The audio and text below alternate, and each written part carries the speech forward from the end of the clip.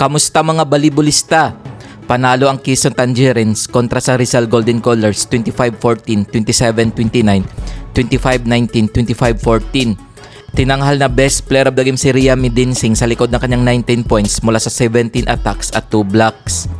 Pinataob naman ng San Juan Lady Knights ang Valenzuela Clase 22-25, 25-21, 25-22, 25-18. Best player of the game si Aliana Ong sa likod ng kanyang 18 points mula sa 12 attacks, 2 blocks at 3 aces. Wagi naman ang Binyan Tatak Gel Valley Angels kontra sa Caloocan Spikers 25-20, 25-23, 23-25, 26-24. Best player of the game si Mia Anoke matapos nagtala ng 20 points mula sa 19 attacks at 1 block. Kung bago ka pa lamang sa channel na to, mag-like na at subscribe. Heto ang team standings as of August 19, 2024. Quezon Tangerines 2 wins 0 loss 6 points. Bacoor City Strikers 2 wins 1 loss 7 points. Binyan Tatak Gel 1 win 0 loss 3 points. Negros Blowhawks 1 win 1 loss 3 points.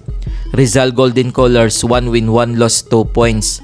San Juan Lady Knights 1 win 2 losses 3 points.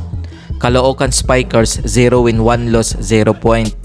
Valenzuela Clase 0 win 2 losses 0 point. Marikina Ledisio Masters 0 win 0 loss 0 point. Kung umabot ka dito sa video na to, mag-like na at subscribe. Heto ang mga laro ngayong August 22, 2024 na gaganapin sa Lonti Sports Arena. Sa first game, magharap ang Caloocan Spikers at Negros Blowhawks alas 10:30 ng umaga. Sa second game, magtutos ang Marikina Ledisio Masters kontra sa Quezon Tangerines alas 2 ng hapon. At sa main game, maglalaban ang Rizal Golden Colors at Binyan Tatak Gel alas 4 ng hapon. Kung nagustuhan mo ang video na to, mag-like na at subscribe.